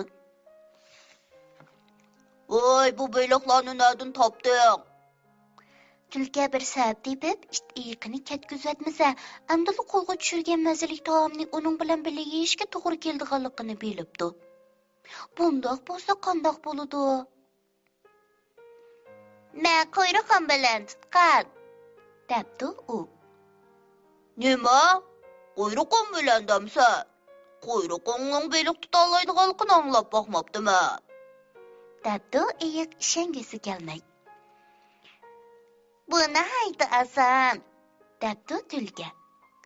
Ko'lga berib, muzni teshib bir kashkol ochsanda, ana quyrug'ini kashkolga tiqib o'ldirsan. Baliqlar kelib quyrug'ingga yepishib qoladi. Sana qanchasi kerak bo'lsa, shunisini kashkoldan tortib olasan. Ayiq tulkining gapini anglabla ko'l bo'yiga qarab chepibdi. Ko'l qilim muz tutib ketgan ekan. Ayiq bir ozog'i chaplashib bir kashkol ichibdi-da, quyrug'ini suvga tiqib o'ldiribdi. Vaqtning o'tishiga agishib, ayiqning quyruqining atrofidagi suv muz tutishga boshlabdi. Bir chog'da ayiq quyruqining yengli sanjilgandek og'riyotganligini sezibdi. Voy jon, quyruqimni baliq tishlab olgan o'xshamamdi. Ayiq og'riqqa chidamay varqirib yetibdi va quyruqini kashkoldan chiqarib olmoqchi bo'libdi. Lekin quyruqi teg'imi og'rib ketibdi. U qattiq kuchayibdigan nimaningdir taroslab ketganini anglabdi. Shuning bilan tong'i orqa tarafi qattiq og'rib ketibdi. Ayiq ana shu chaqdala quyruqining uzilib muzning ichida qolganligini bilibdi. Aytishlarga qaraganda, ayiqning quyruqi shu chaqdan boshlab qalti bo'lib qolgan ekan. Omoqlarim qachon ayiq deb anglagan, ayiq deb anglab boqmagan bo'lishi mumkin-a? Ayiq bo'lsa, ayiqning bir turi ekan. Bu cho'chakdagi ayiq bek omoq etgan-a? Tulki garchi aqlli bo'lsa-mu, sizlarcha uning qilgani to'g'rimi, xatomi? Bu cho'chakdan nimani his qildinglar? Undaqda, men bu cho'chakni sizlarning o'ylanishinglarga topshirib beray-a? Sizlar endi obdan o'ylab beqinglar. Keş bo'p ketibdi umoqlarim. Ammo bugun buldur uxlanglar, ha? Atumush vaqtda Dilola Undidar salonida ko'rishaylik. Tatliq tushlar sizlarga miraq bo'lsin. Dada, cho'chak anglayma. Men cho'chak aytibba. Bo'ladi bolam, bo'ladi. Men sanga-chu hozirlam Dilola cho'chaklarini qo'yib beray, ya.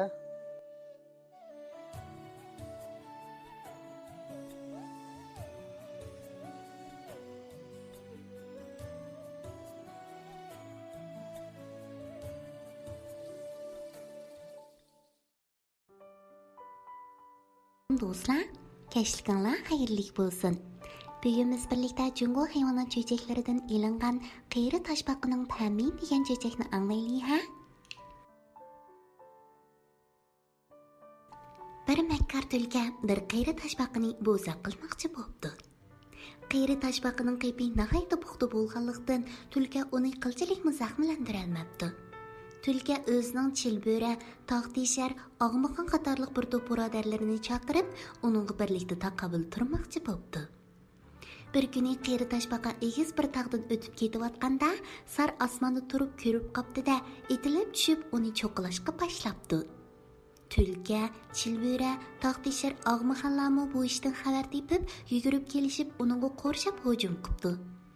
Qiyri toshbaqa ularga tang kelolmaydiganligini bilib, butun badanini qattiq qilib ichiga tugib kirgizilib, qaqaqlab kulib turib. Men ota-bobomdan miros bo'lib kelayotgan sovutni kiyib turibdiman. Kim mening bir dolmoyimga tegalaydi ekan? Debdi. Asta-asta maslahatlasak, uningga taqobil turishning amalini cho'qim tap qilib oladi. Debdi tulka va yana qiyri toshbaqani masxir qilib. Noji bo'lsang nimishqa qashmaysan? Debdi. Qiyri toshbaqa kulib turib. Ustimda sovut muhofazat qilib tuz qaytishning nima hojati? Deb javob beribdi. Hay taqtishar, qoram tashlan teshib o'talaysan. Tez berib toshbaqining qibini teshib atgina, tunji qalbi sanga mas'ul bo'ladi. Debdi tulka. Buni anglab qiyri toshbaqining ko'ngliga qo'rqinish tushibdi. U taqtisharning yomonligini biladi ekan. Agar u rostala tutish qilib qibini teshib atsa, jon omon qolamdi. Lekin u qasdan o'zini tamkin tutib, yanala qaqaqlab kulib turib. Ey taqtishar, o'zingni chog'lamaydigan bo'lsang, qini kelib sinab boqqin. Ustixonlaring sinib, quyruqing uzilganda, ondan ota-bobomdan qolgan soatning qaramtini bilasan. Debdi. Taqtishar buni anglab qo'rqini shumshib, chaqalashqa jur'at qila olmabdi.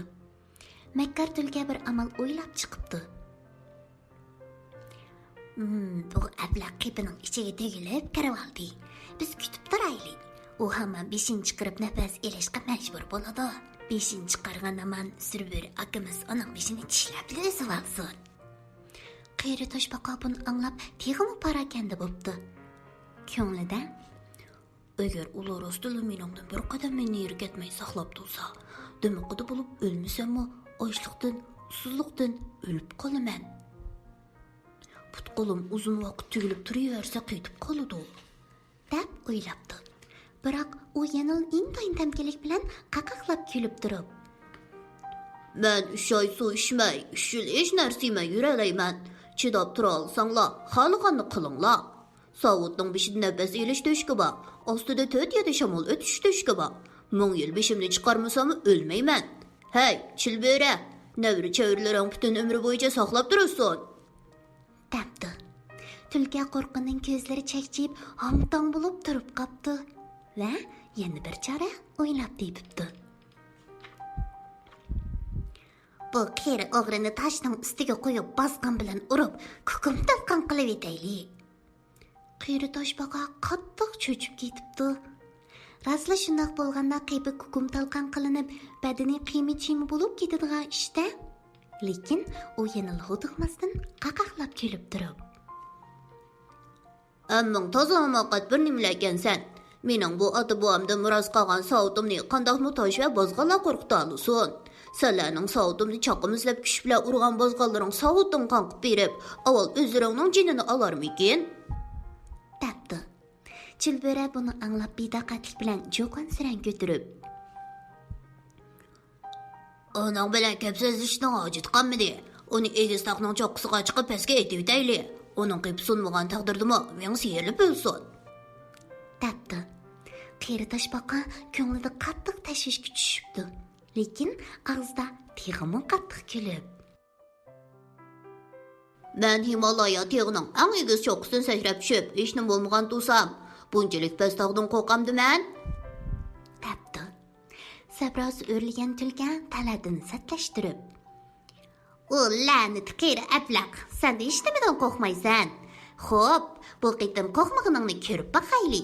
Kelinglar, o'tin devilab, o'tining ustiga may jejib o't qo'yib, uni o'ti o'rdab ko'p qilib yesa qanday? Deb vaqirabdi. Birodarlarning hammasi barkalla aytishibdi. Qeri toshbaqa qo'rqindan sovuq targa cho'milibdi. Biroq u yanala tamkilik bilan qaqaqlab kulib turib. Ha. Belli, sizlar bakmi savusgansizlar. Toshbaqining suv bilan emas, o't bilan yuyinganligini anglab boqmaganmisizlar? Gulxonda yuyinish nima degan rohatda? Debdi. Tilkan g'azabdan chichangishib ketibdi va qoni yirtilg'idek vaqirab. Sho'ri qurg'ur, sen o'tdan qo'rqmaydi ekansan, suvdimi qo'rqmaydi ekansan. Sar, uni tishlab osmonga chiqib daryoning ustiga borgan uni daryoga tashlab atgina. Qiyning uning nojilqini ko'rib boqayli. Debdi. Qeri toshbaqa xo'shalligidan qinqidag'i patmay ketibdi. Belli, mekkar tulka. Hamoqatligingni qara, buningdimi obdan ish bo'lamdigan. Deb o'ylabdi. Lekin u intayin qo'rqan qiyobat kirib dir-dir titrab turib. Tulkaga va har qaysi akufkula, mening sizlar bilan qattiq adovatim yo'qtiruqliq. Meni jinimdan judo qilishning nima hojati? Rostili meni daryoga opirib tashlabasanglar, mening bu kalompoy qipi meni cho'ktirib yutdi-da, suvga g'arq bo'lib o'lmagandimi, demoqda bo'lib o'lmamdiman. Hey, sizlarda bir qo'shqinimni tilay. Deb yig'lab yoldiribdi. Tilka rosa xush bo'lgan holda uni masxara qilib.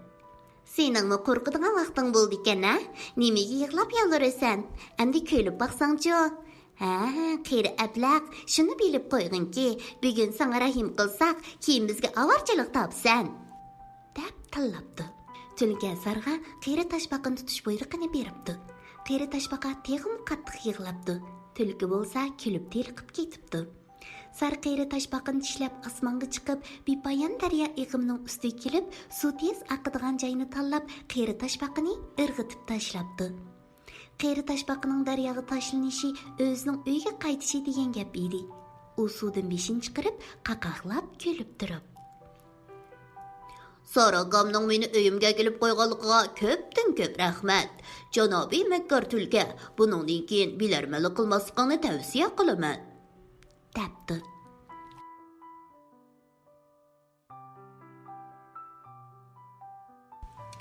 Do'stlar, qeri toshbaqa bak aqlli ham botirkan-a? U o'zining aql parasti orqali bilarman tulka va uning do'stlarini toza joyda bopladi. Biz makkor tulkining bilarman, hakavur, boshqalarni bo'zaq qilib o'z xushallik topadigan yomon illatlardan ibrat elib, qeri toshbaqining pam farosatlikini, botirligini o'zimizga ulgu qilayli bo'lamdi. Men ishinaman, mening omoqlarim Dilala hadisning gapini cho'qim anglaydi ham umidini hargiz yada qo'ymaydi. Kech bo'lib ketibdi, amiz bugun boldir uxlanglar. Atimish vaqtda Dilala intidor salonida ko'rishaylik-a. Tatliq tushlar sizlarga ma'ruf bo'lsin.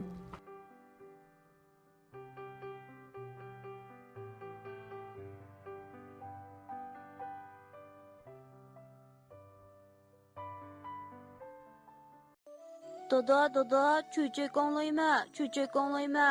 Men cho'chak aytibba. Bo'ladi bolam, bo'ladi. Men senga-chu hozirlam Dilala cho'chaklarini qo'yib beray-a.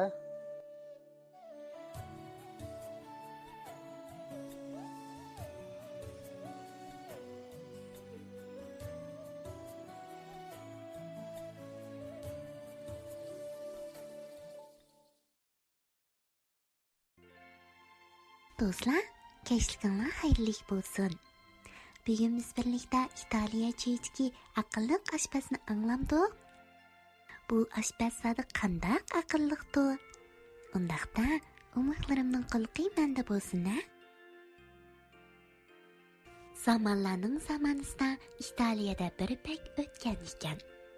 O oğlaşqı pek amraq, tolımı mehmando'z kishi ekan. Tonish bilish al-ag'illarni pat-pat qo'rqig'i taklif qilib turadi ekan. Bir kuni bek do'stlar bilan o'g'i chiqibdi.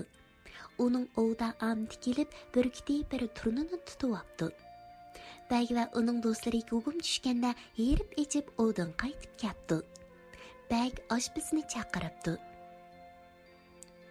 Mono turnida shundoq ko'p pishirg'inki, do'stlarimning tamog'ida qolsin. Bosh ustiga begim, bosh ustiga. Sizni hargiz yerga qartib qo'ymayman. Debdi oshpaz. Oshpaz qozni yungdab, ichi teshini pokiz adalabdi. Andin dori darmaklarni obdan tangshab duxovkaga sapdi. Uzoq o'tmay bir dehqon qizi oshpaz bilan ko'rishgili kelibdi. Kavobning nasilik purqi dehqon qizning dimoqlarini g'itiqlabdi. Turni kavobi pishirayotgan o'xshamamsiz, debdi qiz tatliq kulib. Menimi eg'iz tegizasiz? Chiroyli qizning talbini rad qila olmagan oshpaz uni turni pachiq bilan mehmon qilibdi. Tamoq vaqti bo'lganda turni kavobi bagning tamoq josiga elib kelinibdi. Voy, bu turnining bir puti bor ekan-ku. Deb to'lib etibdi bir mehmon hayronlik bilan.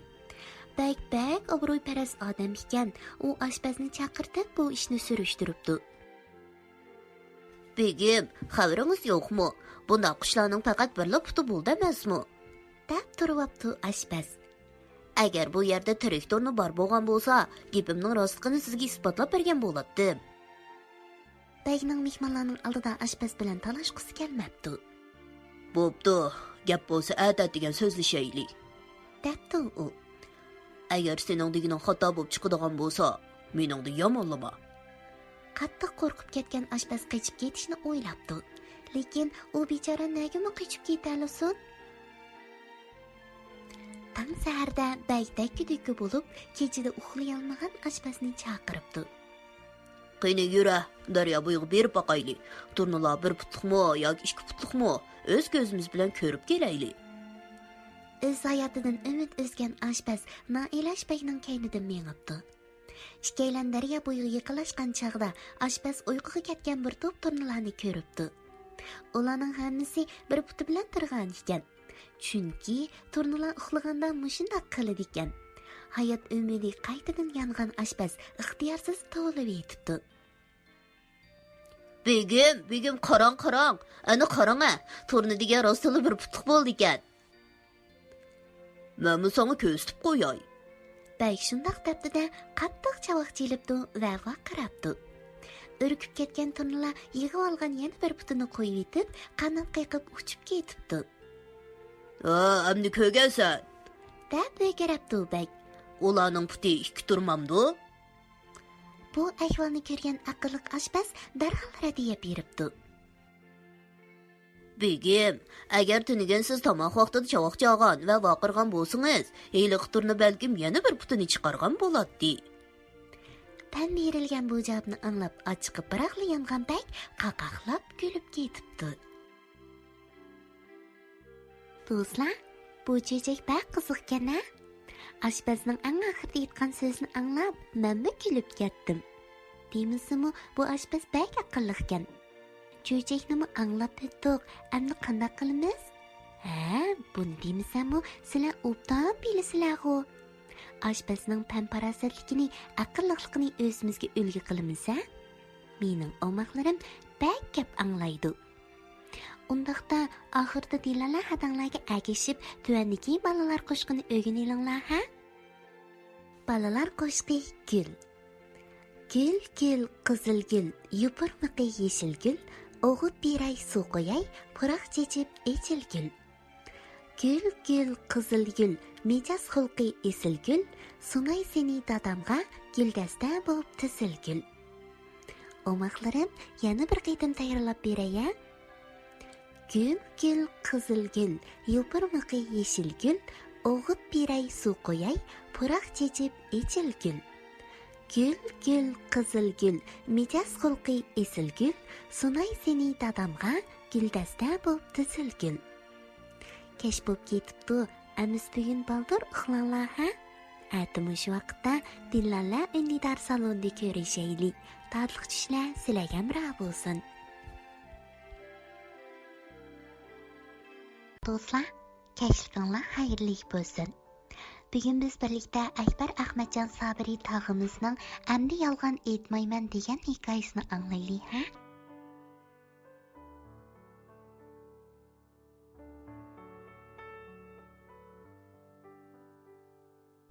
Nurluq begimi boshqa kundagiga o'xshashla sahar turib maktabga menish tayyorligini boshlaverdi. U oldi bilan yuz ko'zlarini yuvib, chiyini ichdi. Ondan kitob materiallarini bugungi dars yetkazidagi o'rinlashtirish bo'yicha so'mkasiga soldi. U tayyorliqlarni mana mushundoq bitkazgandan keyin uydan chiqishga tamshaldi. Dal mushu chaqda u tomdagi aynakka qarab, bo'ynida galstukning yo'qligini his qildi-da, oldirab tinab uni izlashga kirishdi. Galstukni topmay bo'lmaydi. Chunki ularning sinf mas'uli galstuk taqmagan o'quvchilarni hargiz bo'sh qo'yib etmaydi. U uyning bo'lin pushqaqlarini xili izlagan bo'lsa-mu, qiyrish qanday galstukini hech yerdan topolmadi. Oxir "Balkim portamda unutib qolgan bo'lishi mumkin" deb o'ylab maktabga qarab chapdi. Nurluq maktabga kelib bo'lguncha chiliq-chiliq targa cho'mib ketgan edi. U sinfga kirganicha hech qanday savodishig'ini jalb qilmasdan partasiga etildi-da, tortmasiga zo'r umid bilan qaradi. Qaradi-yu, lassida bo'shib o'rindiqda o'tirib qoldi. Chunki uning galstuki partisidimi ko'rinmaydi. "Opla, endi qanday qilaman?" U darhol sinfga tam soatiga qaradi. 5 minut. Vaqt to'shidaganga yana 5 minutla qolgan edi. 5 minut o'tgandan keyin sinf mas'uli kirib galstuk tekshirdi degan gap. Endi zodi qanday qilqoloq? Nurluq garchi birinchilikda pioner bo'lolmagan bo'lsa-mu, ikkinchilikka chiqib yangilan pioner bo'lgan edi. "U yoqdan pioner bo'lib, bu yoqdan galstukimni yo'qotib qo'ysam, hey, endi muallimdan qattiq tanqid anglaydigan bo'ldim-da. Texi muallim ochiq kelib qolsa, meni pionerlikdan chiqarib etishi mumkin. Shunga yaxshiroq bahondan birini tepib, muallimga yolg'on aytib bo'lsa-mu, bu falokatdan qutulishim kerak." U shularni xiyol qilayotgan chaqda qo'ng'iroq ansiz jiringlab, sinf mas'uli sinfga kirib keldi. "Salom, muallim!"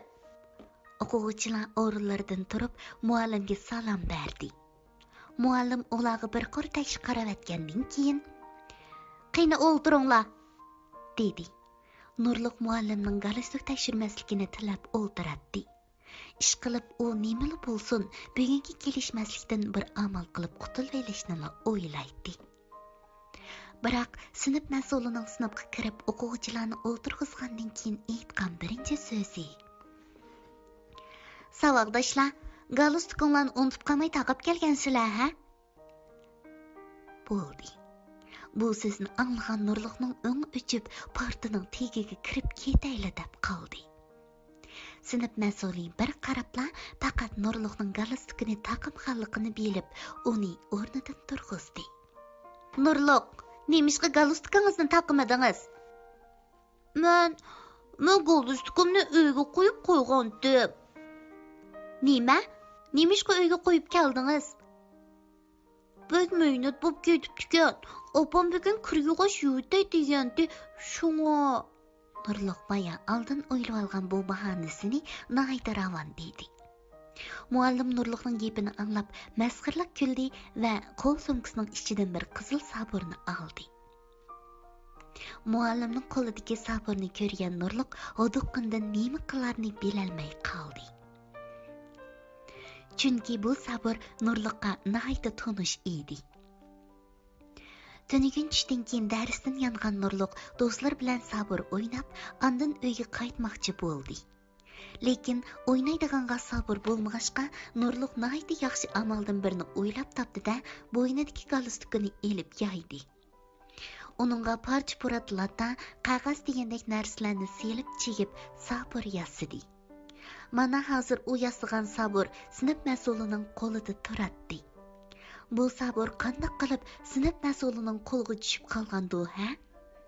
Balkim u tunugun do'stlar bilan kashkirganligini sezmay o'ynab bo'lib, uyga qaytishga aldirab sabırni elib olishni unutib qolganga o'xshaydi. Obla, endi ish texmi chataq bo'ldi. Nurluq endi muallimga zodi nima deganlik? Bu galstuk mening emas deb yana yolg'on esichu? Yo'q, bu bo'lmaydi. Chunki Nurluq galstukining yetib ketmaslik uchun bir uchiga Nurluq deb ismni yesib olgan edi. Hay, tunugun Nurluq uyga kech qolgan chig'idimi? Muallim bizga yig'in ochdi, shunga kech qoldim, deb apsini oldigan edi. Endi yolg'onchining quyrug'i bir tutam degandek yolg'onchilik qilib sinf mas'uliga tutilgan edi. Nurluq xijil bo'lgandan o'ziga qarab turgan sinf mas'uliga qaray olmay yerga qarab oldi. Uning ko'zlaridan ixtiyorsiz yosh to'kilishga boshladi. Ham o'z-o'ziga "Endi hargizmi yolg'on aytmayman" deb va'da berdi.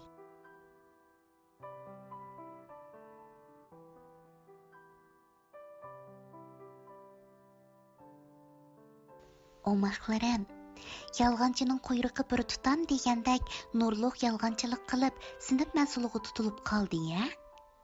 Balkim rost gap qilgan bo'lsa, sinf mas'uli uni hargiz ayiblamaydi. Nurluqning o'zidan ketib qoldi. Shuning uchun biz Nurluqdan ibrat elib, rostchil, samimiy ballardan bo'laylikmi? Men ishinaman, mening omaxlarim Dilala hadisning gapini bak anglaydi. Kech bo'lib ketibdi, amiz bugun baldir uxlanglar. Atmush vaqtda Dilala unidar salonda ko'rishaylik. Tatliq tushlar sizlarga amra bo'lsin.